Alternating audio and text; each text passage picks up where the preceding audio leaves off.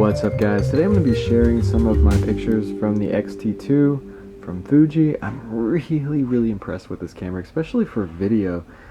I've been using the slow motion on this, and you don't even need stability when you use 120 frames per second.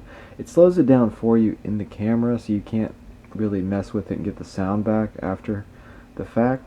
But the fact that Fuji updates its cameras, this started out just having 60p, and now it has 120 frames per second in 1080, and it looks really good. It looks a lot better than the M50's 720p 120 frames per second.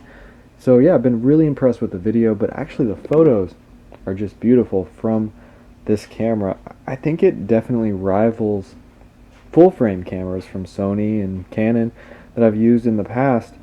One thing that I don't really care for is the white balance, like the auto white balance. Sometimes you get some really weird colors coming in. I found if I use the standard profile, I kind of get an image that looks a little bit like Canon. I tweak the color and the sharpness and everything just a little bit, and I can get an image that looks similar to a Canon camera, but the greens turn really blue and the skin kind of turns a little bit green, kind of like the Sony a7S II I always used for years and years. It really reminds me of a Sony camera. The flip screen and just the feeling of it, using it, a lot of things really remind me of Sony. The colors, with the Sony I was using a lot of log profiles and I had a really muted soft color. The colors and the contrast are really hard on this. It's like the opposite when it comes to, like, it gives you a really hard, crisp, sharp image instead of like a softer, muted image.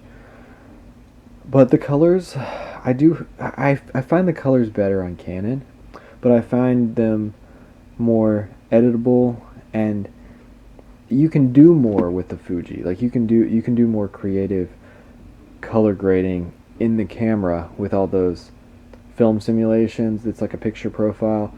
You have a lot more customization in the Fuji, but just straight out, if you just want to make JPEGs that the colors are actually correct to what they look like in real life right out of the camera, I would probably go with Canon, like an EOS R, EOS RP.